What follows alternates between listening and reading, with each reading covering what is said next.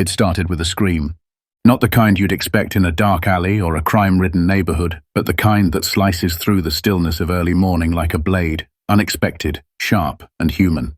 A security guard, barely out of his 20s, stood over a crumpled figure, his taser still humming from recent discharge. The target?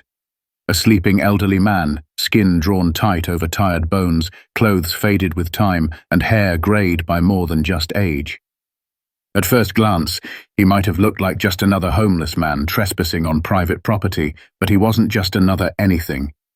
Elijah Kane had been asleep, buried in layers of old memories and aching joints, when the guard barked his first command. "Sir, you can't sleep here." The old man didn't move, not because he was defiant, but because sleep, for him, was more like unconsciousness, a rare escape from a mind haunted by things he could never quite shake. The second command came louder. Still no response. The guard's patience wore thin fast. There was a smugness in the way he reached for his taser. Maybe it made him feel powerful. Maybe he thought no one was watching. Then came the sound, that electric pop, a jolt of blue-white light, and Elijah Kane convulsed on the pavement, his body rigid, limbs shaking uncontrollably. He gasped, his eyes wide in shock and pain. The guard looked down, lips curling slightly, more annoyed than concerned. Elijah's world was a blur of light and sound. For a moment his mind ripped backward through time, not to a street corner in some modern American city, but to a jungle, wet and chaotic, gunfire screaming in the distance, the scent of gunpowder, the rush of adrenaline. In his dazed state, he didn't know where or when he was, only that he had to survive. Who Elijah Kane had once been was written in sealed documents and buried government files. To the world now, he was invisible. But there was a time, not so long ago in the sweep of history, when Elijah had been the man they sent in when diplomacy failed, when quiet operations were needed, when a situation was too dirty, too dangerous, too classified for the evening news. He wasn't born for war, but he had survived it, and like so many others, he paid for that survival with everything he once loved. His wife Marianne had been the anchor he clung to after returning home, gentle, patient, never flinching even when his nightmares tore him from sleep. But cancer doesn't care how many battles you've survived. Her diagnosis came swiftly, and her treatment drained everything they had. Retirement funds, savings, the modest house they'd shared in Oregon, all gone within 3 years. After she passed, Elijah found himself truly alone. The PTSD that had once been managed by love and routine began to seep into every part of his life. The jobs he tried to keep, warehouse shifts, night janitorial work, even a brief stint in a veterans outreach center, all disappeared one by one. He wasn't lazy, he was just drowning. In the end, he became one of the countless veterans who slipped through the cracks. He refused shelters, not out of pride, but out of fear. Too many bodies in one place, too many strangers. He found solace behind the downtown dealership, not because it was safe, but because it was out of sight. A small alcove, partially hidden, protected from the worst of the wind. It wasn't much, but it was his. In that little space, he could lay out a thin bedroll, clutch the bronze star he never bragged about, and whisper the names of men who never came home. He didn't beg. He didn't steal. He just wanted a place to rest his head without fear. That night, Elijah had fallen asleep wrapped in a worn military jacket, a few items tucked carefully around him. A tattered Bible, a battered tin mug, a photo of Marianne he kept inside a plastic sandwich bag. He had dreams, vivid, disorienting dreams that often bled into waking life. Sometimes he saw helicopters lifting off through the smoke. Sometimes he heard his name shouted over gunfire. That night, it was rain. Soft jungle rain. He didn't hear the approaching footsteps. He didn't hear the guard's voice until the prodding began.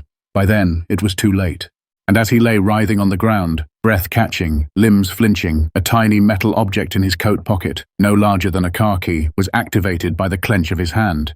It made no sound. It didn't light up. It simply sent a signal, silently across the country to a place where someone still remembered who Elijah Kane really was. Brandon Miller wasn't a bad guy, at least not in his own mind. He had a steady job, a decent apartment, and a badge that gave him just enough authority to feel important.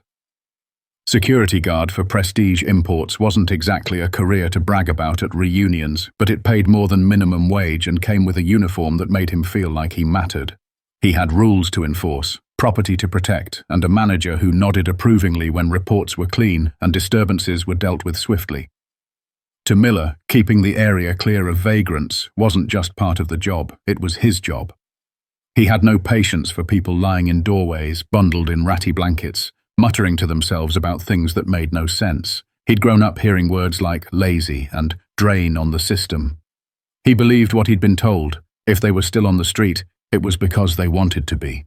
So when he spotted Elijah Kane curled up behind the dealership during his 3:13 a.m. patrol sweep, his mood soured immediately. The man hadn't even tried to hide, not really, just laid there like he belonged, like it was acceptable to take up space near a showroom full of imported cars that cost more than some people made in a year. Miller walked up with heavy steps, loud on purpose, a tactic meant to intimidate. "Hey, you can't be here," he barked, kicking the sole of Elijah's boot. Nothing, just a groggy shift and a low moan.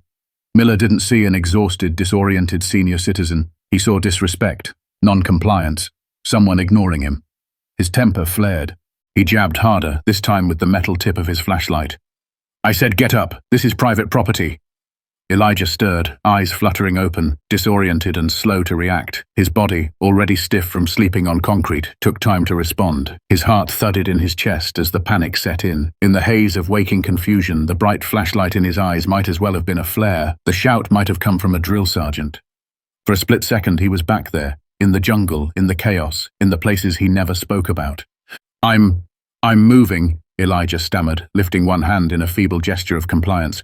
"Just give me a second." But Miller wasn't interested in patience. He wanted results. Now. "I've warned you before, old man. You people think you can sleep wherever you want." His hand moved to the taser, a simple gesture, practiced, almost casual. The weapon made a high-pitched whine as it armed. Elijah's eyes went wide. He'd seen what those things did. He'd witnessed stronger men scream under their voltage. "No, please, that's not necessary. I'm going. Just let me—" Miller didn't wait. The trigger clicked. In a heartbeat, Elijah's body jerked, locked in seizure-like spasms. The barbs stuck to his chest, wires pulsing, his limbs thrown into painful contortions. He cried out, his voice raw, almost animal. Miller stepped back, satisfied, watching him twitch on the pavement like it proved something. "Maybe next time you'll move faster," he muttered under his breath. He didn't bother checking Elijah's pulse or asking if he was okay. Instead, he flipped open his report log and began writing, the incident already being spun in his mind. "Subject was unresponsive," he scribbled, "appeared agitated, non-compliant, use of force applied per protocol." He knew how to word it, so it would slide through the system unnoticed. What Miller didn't know, what he couldn't have known, was that Elijah Kane was not as forgotten as he appeared. He didn't look like anyone important. But years ago, his name had been quietly flagged in a classified Department of Defense initiative. The program had been launched after a series of troubling incidents involving veterans of highly classified operations, men and women who had returned to civilian life with invisible wounds and without the proper support. It was called the Veteran Immediate Safeguard and Tactical Oversight Initiative, VISTO for short, and it was designed for cases exactly like this.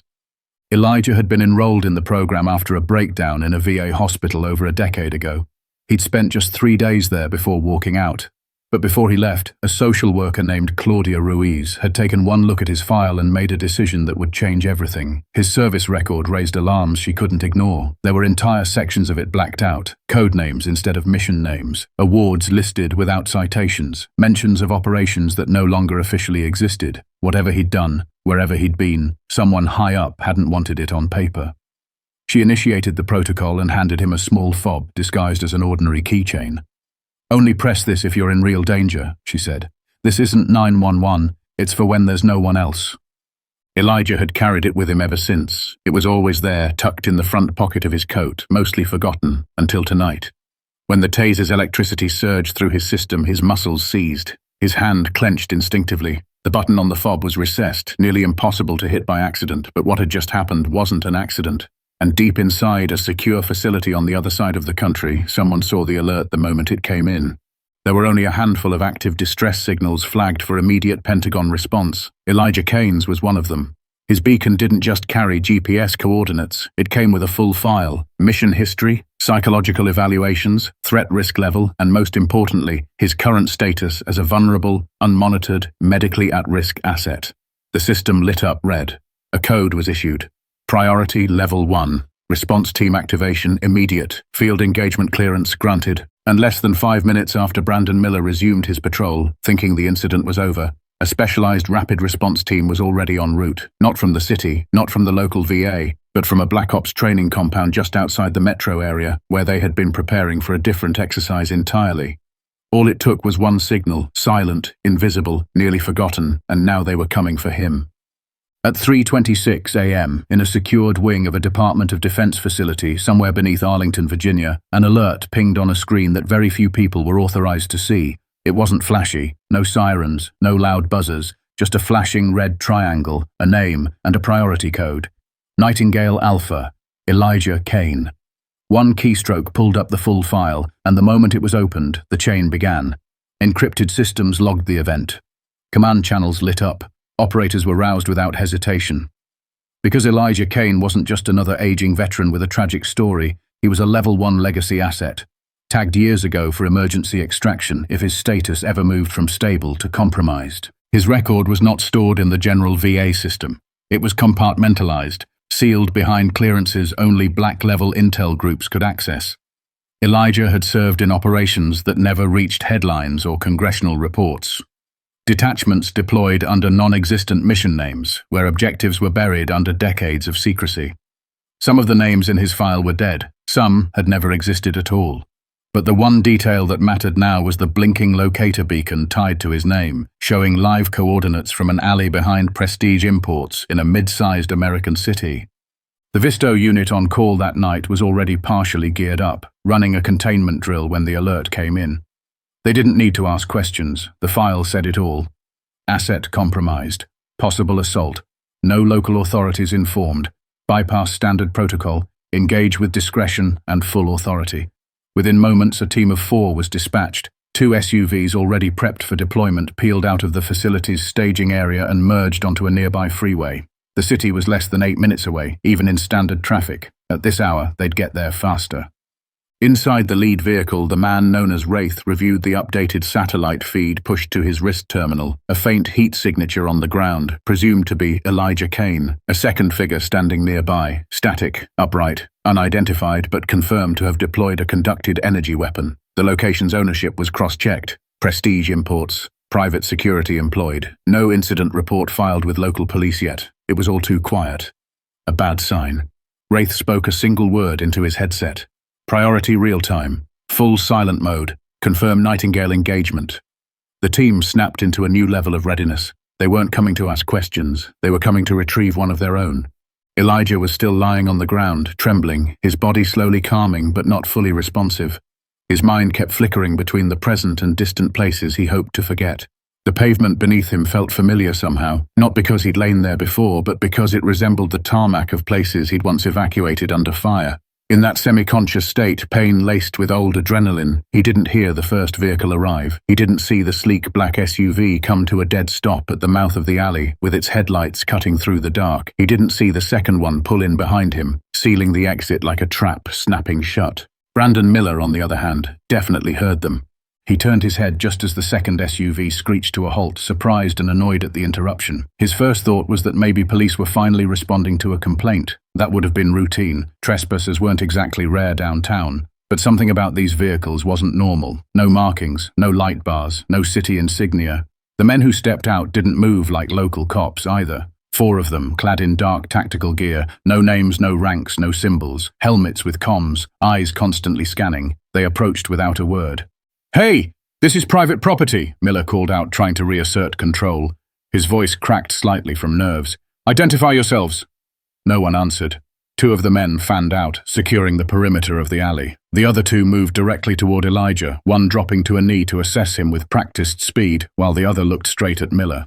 "You Brandon Miller?" the lead asked, his voice calm and controlled, not loud, not rushed, but full of an unmistakable authority that made Miller hesitate.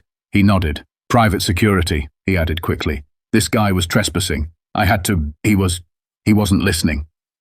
The agent didn't respond. He didn't argue. Instead, he said, "You used a CEW on a sleeping subject." Miller stammered. "He was non-compliant. I followed protocol. He looked like he might become aggressive." The agent's head tilted slightly, as though examining a bug through glass. "We have full thermal from the last 8 minutes. You never gave him more than 5 seconds to respond." Miller blinked. "Thermal? Who are you people? But the agent was already turning his attention back to Elijah. Target acquired, he said into his mic. Code Nightingale, immediate medical assist required. The medic next to Elijah had already begun cutting away the taser wires, checking his heart rate, examining his pupils.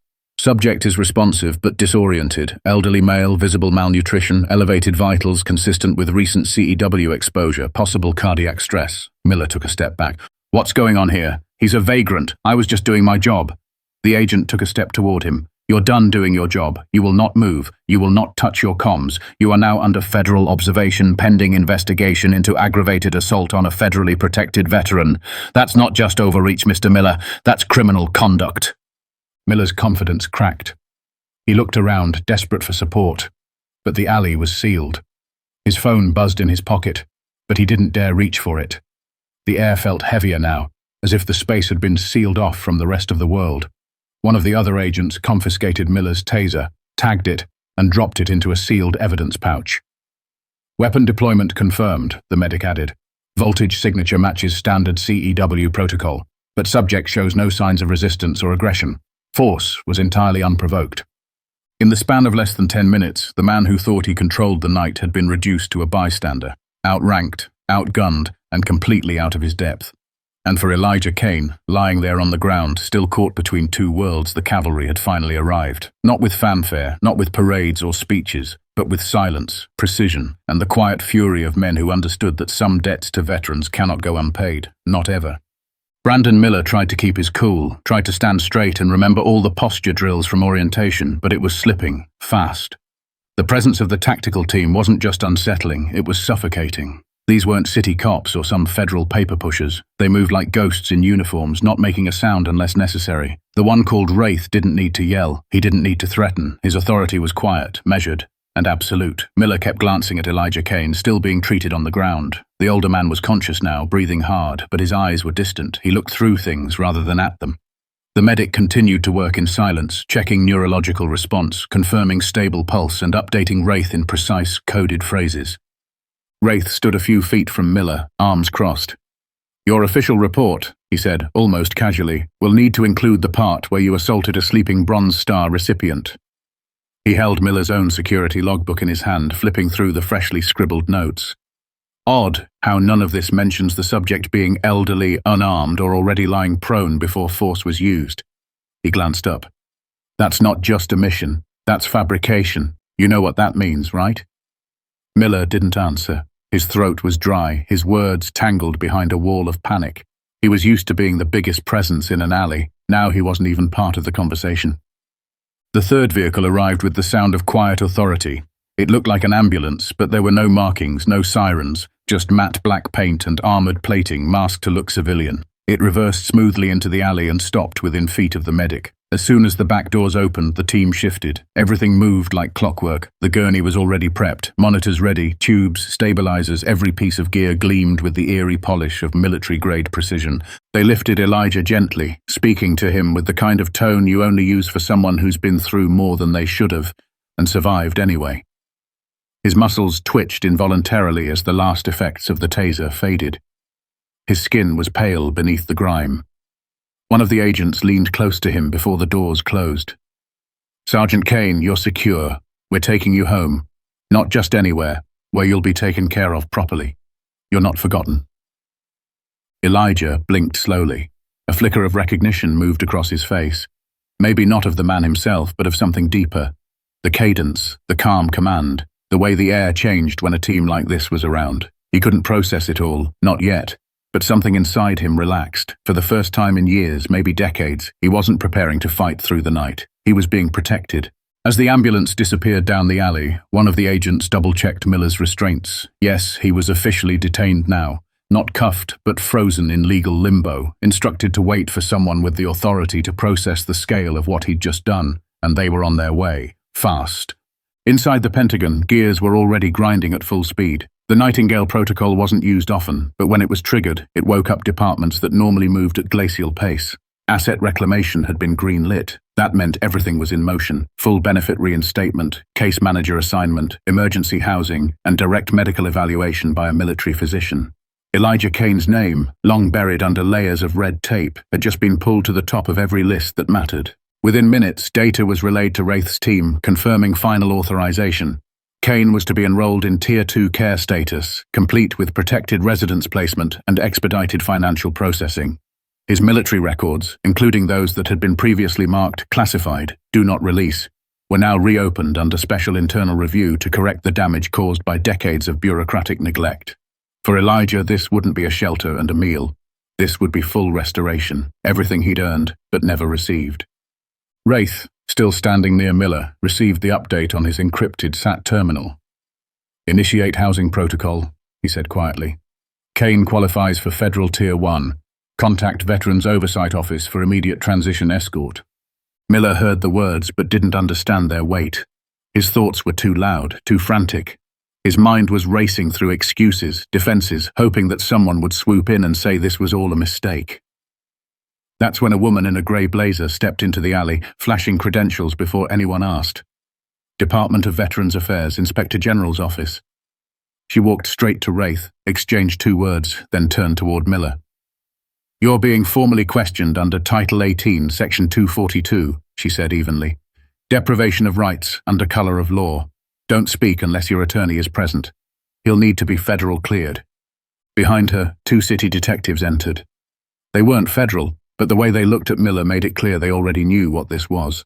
The younger detective scanned the scene, taser wires, trauma blankets, 2 black SUVs with military plates, and gave a low whistle. "You didn't just screw up," he muttered to his partner. "You landed a plane full of brass on your front lawn." But none of that mattered to Elijah now. His pulse had stabilized. He was already being driven to a medical wing so protected that even many veterans didn't know it existed. There, he would be met, not with questions, but with care. An assigned team would already be reviewing his records, flagging missing payments, unprocessed disability claims, and medical procedures long delayed. He'd get them now. All of them. And fast. He'd be given a room with a real bed, not a concrete slab. Fresh clothes, a stocked fridge, a key to a place that wouldn't lock him out after sundown. But more than that, he'd have his identity back. Elijah Kane, retired Special Operations Sergeant, decorated war veteran, was no longer invisible. His service had not been forgotten, his pain had not gone unnoticed, and his dignity, stolen in a flash of blue light in the middle of the night, was now being returned with the full weight of the system that once left him behind.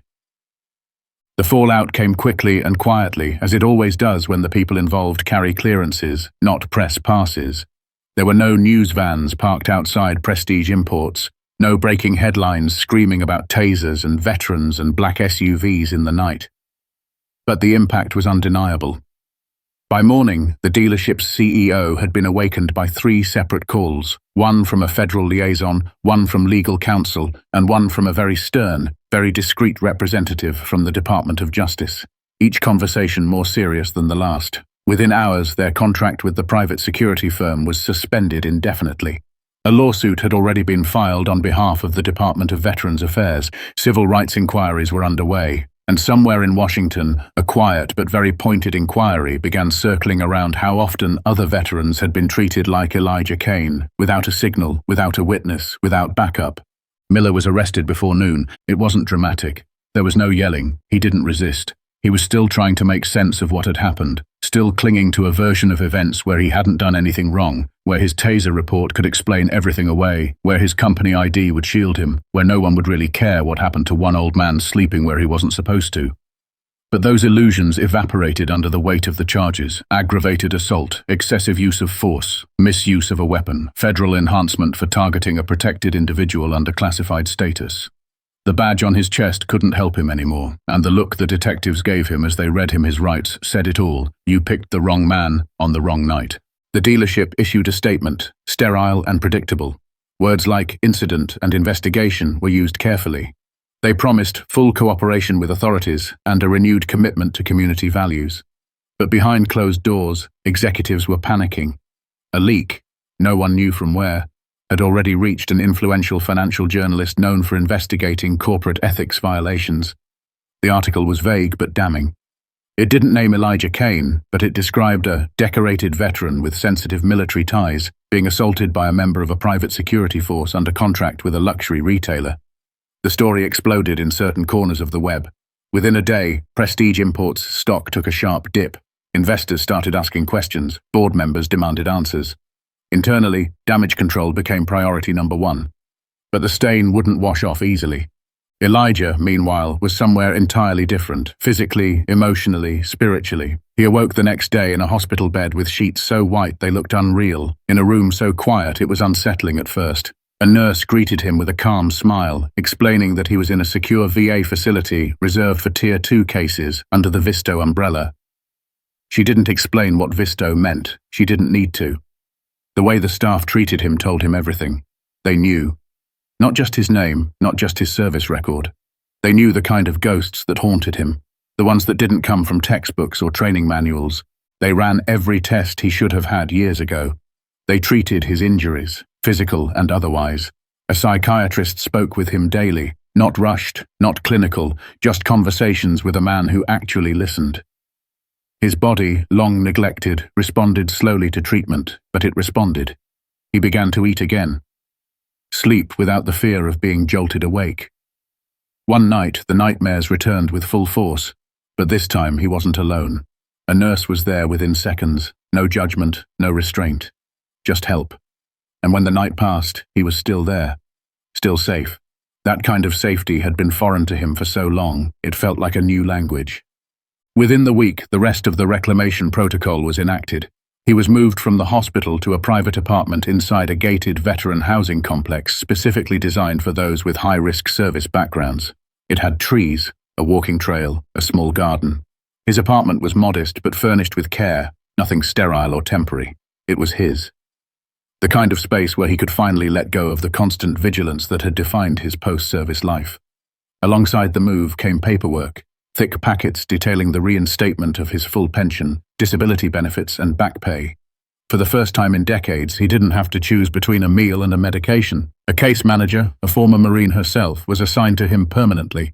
Her only job was to make sure Elijah never slipped through the cracks again. He was also introduced to Echo, a calm, intelligent German shepherd trained specifically for trauma support. The dog bonded with him instantly. No commands were needed. Echo simply knew. When Elijah sat by the window and stared out at the trees, Echo would rest his head gently on his knee. When the tremors came in his sleep, the dog would whimper and nudge him awake before the panic took hold. Echo never left his side, not for a moment. One afternoon, Wraith visited, not in full gear, just plain clothes, still carrying that air of solemn gravity. He sat with Elijah for 20 minutes. No small talk, no speeches, just one man acknowledging another. "You were marked MIA on paper," he said finally, pulling a worn military folder from his bag. "After a mission we weren't allowed to name. That status was never updated. They forgot to bring you home. We're fixing that now." He handed Elijah the folder, inside which was a document confirming his posthumous promotion, now formally restored. "Sergeant Major Elijah Kane." "You were failed," Wraith said, "and I can't change that. But we're going to make sure the rest of your story is different." Elijah didn't cry. He just nodded slowly, hands resting on the file as though it carried a weight he finally understood. Outside his window, the wind moved gently through the trees. The silence wasn't heavy anymore. It was healing. He knew his story wouldn't make the evening news. He knew there were others like him who hadn't been found in time. But he also knew something else now, something rare and powerful, that there were people still out there watching, listening, waiting for the signal. And if the day ever came when another forgotten name whispered into the system, they would come. Not for glory, not for medals, but because somewhere, long ago, a promise had been made, and some promises were never meant to be broken.